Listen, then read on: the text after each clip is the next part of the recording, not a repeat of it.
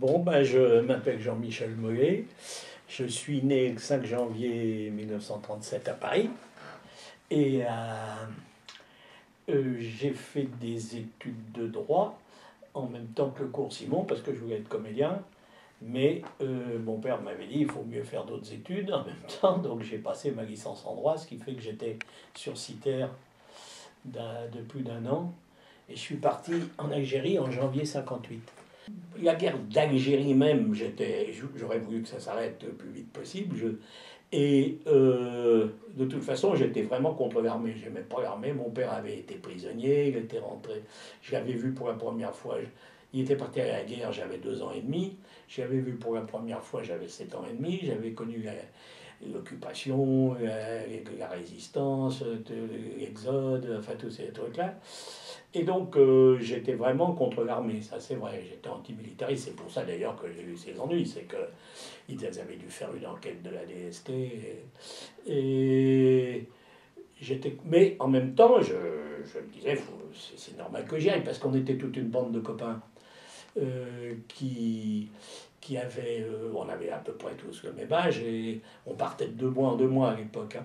Et je m'étais dit, moi j'ai la chance, j'aurais pu continuer à avoir un sursis en disant que je continuais des études et tout, mais je voyais les copains qui partaient, vis-à-vis d'eux, je me sentais pas le droit de profiter Je me disais, c'est normal que j'y aille aussi, quoi. Enfin, je suis parti, j'ai pas fait les classes, tout, ni rien en métropole, je suis parti directement.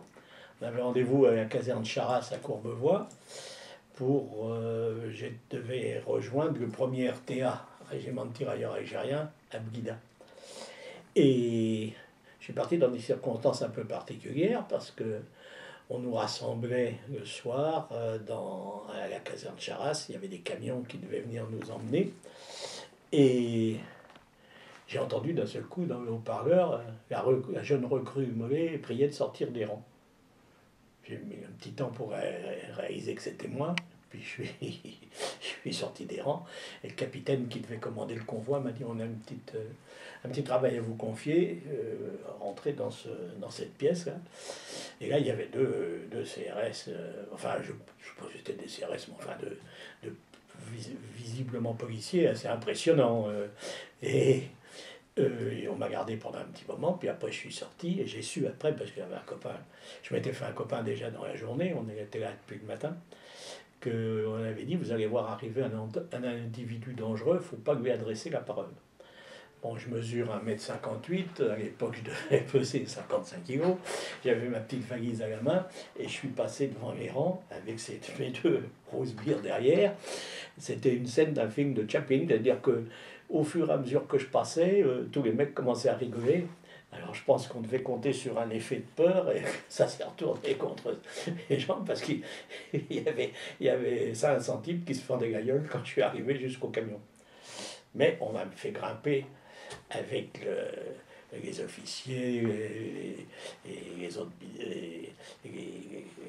les soldats qui devaient nous accompagner, les autres montaient dans d'autres camions. Et les jeunes recrues étaient encore en civil, hein, on n'était pas.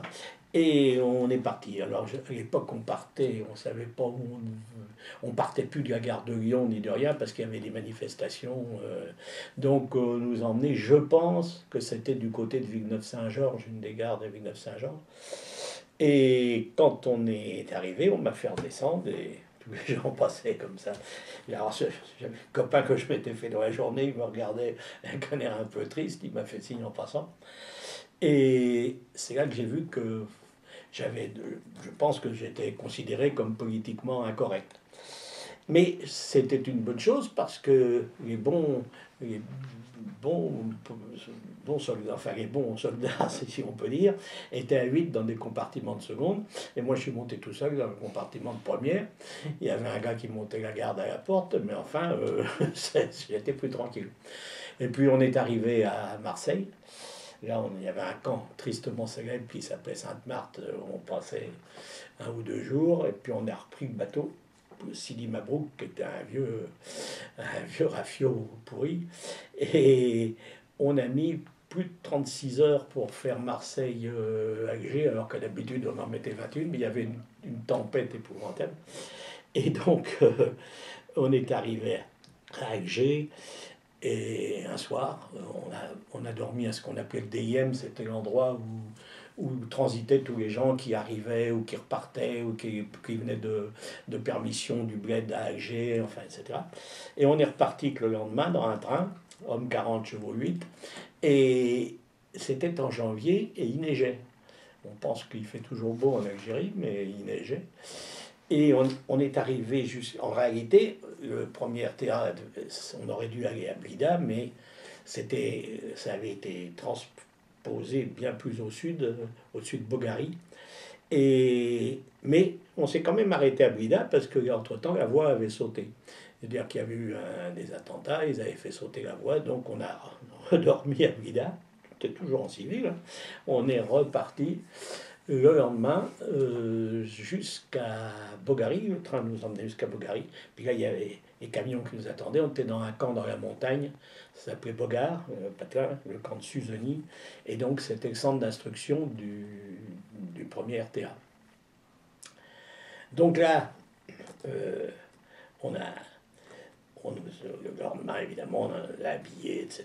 Et puis, on nous a mis section par section. Et alors, il y avait le type qui m'a reçu, c'était un officier appelé, un aspirant, qui m'a dit, il me posait des questions, votre nom, etc. Et religion, je lui ai dit, pas de religion. Il me dit, vous êtes sûr? Je dis oui, j'en suis sûr, je ne suis pas baptisé, rien. Il me dit, parce que je ne veux pas avoir d'emmerdement avec vos parents, parce que vous n'aurez pas reçu les derniers sacrements. Ça vous remonte tout de suite le moral, et puis j'ai pensé que c'était un grand psychologue, et on a commencé les classes.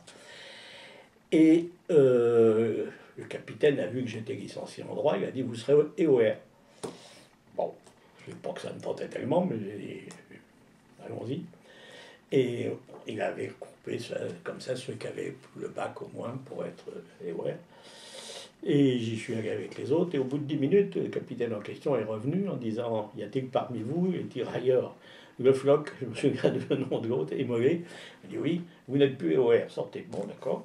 Et donc, j'ai commencé les classes dans ces conditions-là. On était dans un camp dans la montagne. Il y avait la route qui traversait le camp, et le soir, on fermait les portes, et plus personne ne passait. Alors, c'était les tirailleurs algériens, ce qui fait qu'on était quand même plus de la moitié d'appelés algériens. FSNA, comme on disait, français de souche nord-africaine, qui faisaient les classes comme nous. Le problème, en principe, on s'entendait bien, mais le problème, c'était, parmi eux, il y en avait forcément qui étaient plus ou moins sympathisants de l'autre camp. Et alors, le problème, c'était quand on montait la garde, parce qu'on montait la garde, la première fois dans un Mirador. J'avais un Lebel, un fusil Lebel de la guerre de 14, ce qui n'était pas extrêmement la pointe du modernisme, qui était beaucoup plus grand que moi. Et la première nuit, j'étais pas flambard, et il y avait un petit ruisseau qui passait aussi en dessous les murs du camp, et j'entends plouf, plouf, que ça marchait là-dedans. J'étais vraiment, j'avais la touille, et puis ça me tape sur l'épaule à ce moment-là. C'était le lieutenant qui faisait la ronde. Il me dit, vous m'avez pas entendu arriver? Je dis non, mais écoutez. Ah oui, il me dit oui, il y a quelque chose là. On va descendre. Il y avait un petit escalier, une petite échelle quoi, qui descendait. Je lui dis descendre, d'accord, mais pas ce qu'on avait trouvé en bas. Et on descend tant bien que mal. Et c'était marrant, c'était des espèces de petites tortues d'eau qui la nuit montait jusqu'à la surface, puis qui se laissait descendre, plouf, plouf, plouf. On avait vraiment l'impression qu'il y avait quelqu'un qui marchait. C'est vrai qu'on avait un peu la trouille, hein, parce que quand vous êtes dans un mirador, il y avait un truc que j'aimais bien, c'était quand on entendait hurler les chacals. Parce que si les chacals hurlent, c'est qu'il n'y a personne, il n'y a pas d'être humain là autour. Sinon, bah oui, on avait la trouille quand même, parce qu'on était vulnérable. Donc, oui, regarde, c'était pas très marrant. Mais effectivement, quand on prenait la garde, le problème, c'est qu'il y avait certains tirailleurs algériens ils avaient l'arme, ils avaient l'uniforme, et qu'en profitaient pour déserter. Alors, si on s'en apercevait, s'il n'y avait pas de relève pendant 2 heures, on s'en apercevait pas forcément. Et là, il fallait faire sortir la section d'intervention pour essayer de les rattraper. Il n'y avait aucune chance de les rattraper parce qu'ils étaient attendus de l'autre côté par leurs camarades. Et ils les mettaient sur une mule et il y avait une graisse qu'on pouvait mettre sous les sabots de la mule parce qu'on avait un peloton de cynophiles, de chiens, avec des chiens. Et ça, la graisse qu'on mettait sous les sabots, ça leur enlevait l'odorat et on ne les retrouvait pas. Donc, on sortait, on ne les retrouvait pas. Et des fois, en rentrant au camp, il y avait une petite rafale qui partait pour nous montrer qu'il y avait quand même leurs copains qui étaient là, quoi. Mais il y avait aussi un certain... Alors si, il y avait un truc curieux, c'est que le lendemain, où il y est arrivé 2 gendarmes avec un papier, signalement d'un homme manquant aux appels. C'était pour retrouver le type qui avait déserté. Alors, signalement mettait cheveux noirs et crépus, yeux noirs, teint basané. Avec ça, on était sûr de le retrouver, donc on était tranquille. Moi, on m'a mis donc dans une section de ceux qui n'avaient qu'un certificat d'études, puisque j'étais pas très, je devais pas avoir de grade. Et en réalité, on était une vingtaine. Il y avait 16 Algériens et 4 Européens, quoi. Mais on s'entendait très bien parce que, d'abord, moi, j'ai essayé d'apprendre un peu l'arabe avec eux, enfin l'arabe parlé, hein. Et puis, dès qu'ils avaient besoin de quelque chose, qu'on écrive une lettre et tout, je faisais leur courrier, je leur lisais les lettres qu'ils recevaient et tout. C'était d'ailleurs assez curieux parce que des fois, le gars, il disait, c'est pour mon frère. Alors, il disait, bon, c'est pour ton frère, mon cher frère, comment vas-tu, etc. Je prendrai ma permission vers telle date. Quand est-ce que tu prendras la tienne? Alors, le détail, il est dans une autre unité, je t'embrasse, etc. Puis alors, je disais, ben, maintenant, il faut que tu me donnes l'adresse. Alors, nous, on avait l'adresse à tel secteur postal, temps. Alors, il me disait, chez Monsieur Cadeau, commerçant, dans tel village. Parce qu'il n'y avait pas de boîte aux lettres, c'était le commerçant du village qui recevait le courrier. Ça prouvait que le frère, il était dans le FLN, et ils correspondaient quand même entre eux pour prendre la perme ensemble, quoi, pour se retrouver. Et d'ailleurs, quand on faisait des fouilles dans les Mechtas, dans les villages, quand on arrivait, il n'y avait plus que les enfants, les femmes et les vieillards. Et je vois bien qu'ils disaient, j'ai mon fils qui est soldat comme toi, 3e compagnie, 4e section, et on les montrait. On disait, il a pas un frère? Si, ils sont partis, il fait la gaze, et la honte, enfin c'était... Et il est évident que quand c'était les autres, ils tenaient le même langage, mais c'était la seule façon qu'ils avaient de s'en tirer. Hein, J'étais dans ce camp-là, on a fait quelques opérations, et alors, il y avait des trucs très curieux, parce que... il y avait le village à côté où il y avait un petit commerçant où on sortait des fois acheter 3 bricoles. Puis des fois on demandait quelque chose et ah, il n'y en a plus. Mais si tu reviens après-demain, il y en aura. Et c'était bizarre parce qu'il n'y avait qu'un convoi qui pouvait amener les choses. Les voitures particulières ne circulaient pas. Et c'était secret, parce qu'il ne devait pas arriver avant. Il y avait un courrier qui annonçait qu'on voit arriver tel jour, à telle heure, etc. Mais c'était secret, alors que le gars, lui, le savait très bien. Donc, c'est comme des fois, on partait en opération la nuit, tout feu éteint. On allait en camion, on allait jusqu'à un endroit, puis après, on marchait jusqu'à un autre endroit. On appelait ça un bouclage, on se planquait pour pouvoir intervenir au lever du soleil. Et au lever du soleil, il y avait des petits mômes qui nous attendaient pour nous vendre des oranges et des beignets. Donc, enfin, il y avait quand même, tant que j'étais dans ce camp avec tous les... Il y avait une sorte d'accord tacite, comme ils savaient, en face, qu'il y avait autant d'Algériens, de soldats algériens, qu'ils espéraient récupérer un jour ou l'autre. Ils nous envoyaient des petites escarmouches, des petites rafales pour essayer qu'on sorte, mais ça n'allait pas plus loin. On ne nous attaquait pas vraiment bille en tête, quoi. Par contre, ce qu'on avait à côté, tout près, il y avait ce qu'on appelait une zone interdite, c'est-à-dire des zones où personne ne devait aller. Et là, il y avait les avions qui passaient, et si jamais il y avait quelqu'un dedans, ils envoyaient On n'appelait pas ça le napalm parce que ça faisait mauvais effet, mais ça s'appelait carburant solidifié. C'était exactement la même chose. Et si le vent nous ramenait ça, bon, ça nous arrivait sur la gueule, enfin les fumées, etc., assez facilement. Alors ça, c'était donc en 58. Et puis, j'ai été envoyé à l'hôpital Maillot pour passer des visites médicales. Et j'y suis arrivé le 12 mai 58. Ce qui fait que le 13 mai 58, j'étais aux premières loges pour voir les manifs, etc., etc. Et puis donc le lendemain, plus tout contact avec la métropole était suspendu, donc on est resté là pendant un moment. J'ai vu l'arrivée de Gaulle, j'ai vu crier "Je vous ai compris" sur le balcon. Et puis donc après, les événements ont continué. J'étais retourné donc dans le bled. Et puis au bout d'un moment, j'ai été muté à Alger, au fameux DIM, à l'endroit où c'était Bastion 15, c'était une énorme caserne sur le port, avec un terre-plein au-dessus. Et c'était donc là où tout transitait, tous les gens qui partaient, qui revenaient, les bateaux arrivaient, etc. Donc c'était un va-et-vient.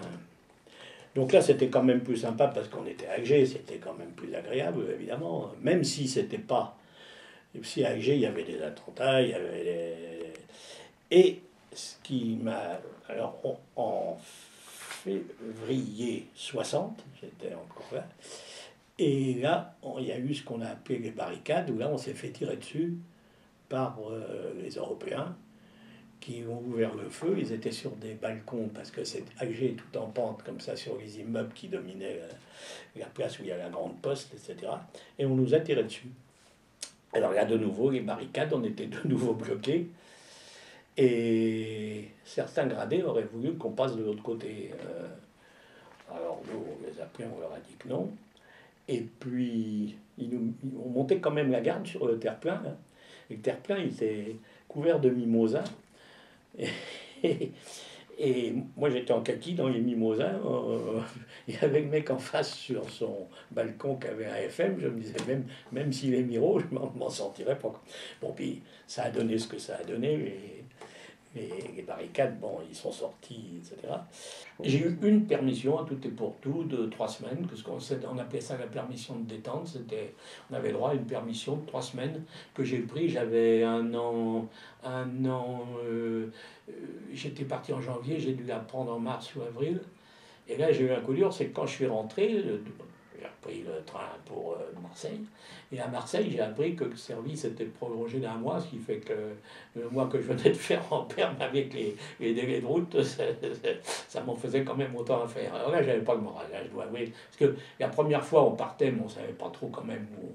On savait qu'on allait en Algérie, mais comment c'était exactement et tout. Tandis que là, la seconde, on savait ce que c'était. Là, c'était plus dur.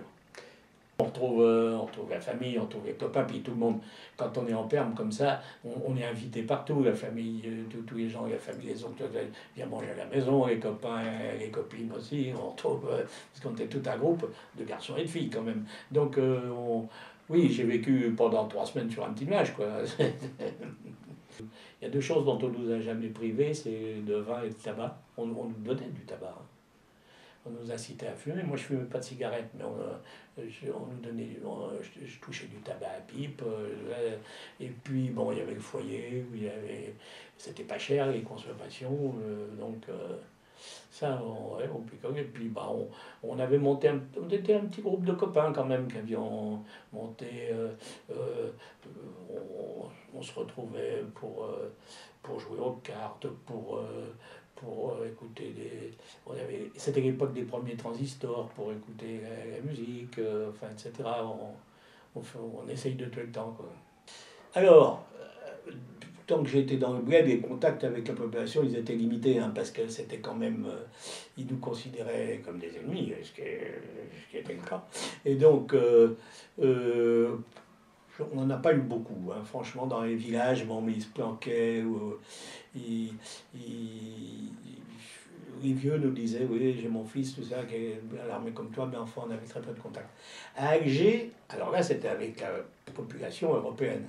Alors ça a été très bizarre. Nous, les tirailleurs algériens, ils ne nous aimaient pas parce qu'il y avait beaucoup de musulmans. Mais quand il y a eu De Gaulle après, il y a eu le grand moment, la fraternisation, là, on a été invité pour la fête des mères chez des très riches bourgeois qui avaient une chaîne de magasins qui s'appelait Veuve Côte. C'était des drogueries qu'il y avait dans toute l'Algérie. Ils avaient une villa splendide sur les hauteurs d'Alger. Et là, on a été invité chez eux, un grand méchoui, couscous, etc., avec des petits drapeaux tricolores dans la semoule. Et alors, ils nous avaient demandé notre adresse en métropole. Et comme un con, on lui a donné, ils nous avaient fait picoler un pot, on était un peu parti. Et ils ont envoyé une carte, comme c'était pour la fête des mères, qu'on avait été invité, à ma mère, enfin aux autres mères aussi, hein, en disant, en ce jour, puisque vous n'êtes pas avec votre fils, des mamans algériennes sont là pour vous remplacer au chevet de votre vaillant fils. Et le courrier arrivait toujours pas à ce moment-là. Et dès que ça a repris, ma mère m'a écrit qu'au chevet, tu as été blessé, etc. J'ai dit non, non, il n'y a rien du tout. Mais ça a été mal rédigé, quoi. Et puis après, quand il y a eu les barricades, tout ça, là, on était très mal vus, hein, des Européens. Parce qu'ils sentaient que ça... Et donc, comme nous, on avait refusé d'aller derrière les barricades, de là, on était vraiment mal vus. Hein.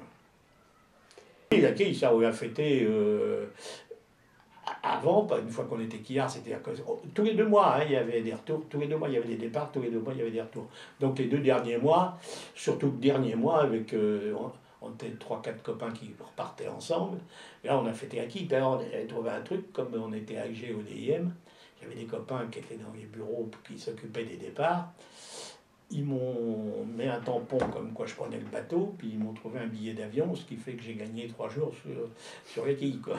Ils l'avaient déjà fait pour la perme, ce qui était encore plus intéressant. Et puis j'ai été libéré en avril 60. Donc j'avais fait 28 mois pratiquement tout en Algérie. Et je suis rentré, donc tant bien que mal, je suis rentré. Et je voulais... j'étais quand même un peu fatigué, un peu, mais enfin bon, je suis retourné au cours Simon. René Simon m'a dit, tu vas passer le concours de fin d'année, c'est-à-dire en juin, je vais te faire travailler une scène. Tu n'auras pas de prix parce que tu n'as pas un emploi à avoir des prix, mais il y aura 40 professionnels dans le jury, il y en a bien un qui va t'engager. Et ça n'a pas loupé, j'ai été engagé au Centre dramatique de l'Est, à Strasbourg, et j'ai démarré ma carrière de comédien. Mais j'ai eu cette chance de travailler très vite dans un milieu très différent, hein, le milieu du théâtre et tout. Donc, à ce moment-là, ça m'a pas, ça allait. Des fois, après, c'est revenu. Parce que quand il y a eu, par exemple, le putsch des généraux, tout ça, les manifs, ça me revenait quand même. Bon, et puis, après, j'ai travaillé beaucoup dans le spectacle, donc c'était quand même des milieux différents. Et puis, je me suis marié, j'ai eu des enfants. Mais de temps en temps, ça revient. J'ai des fois des cauchemars qu'il faut que je crois que j'y suis encore. Je fais même un cauchemar, alors qui est pire que tout. Je suis retourné en Algérie. Et je sais pourtant que c'est fini. Et je me dis, mais pourquoi tu es retourné là-bas? Parce que là, tout le monde m'a oublié, je suis là-bas, puis il n'y a plus rien. J'ai réussi à faire ce que je voulais. Je ne me suis pas fait tuer, et j'ai tué personne. Mais dans les 2 cas, c'est avant tout une question de chance. Hein. Je ne prends plus le meilleur que les autres.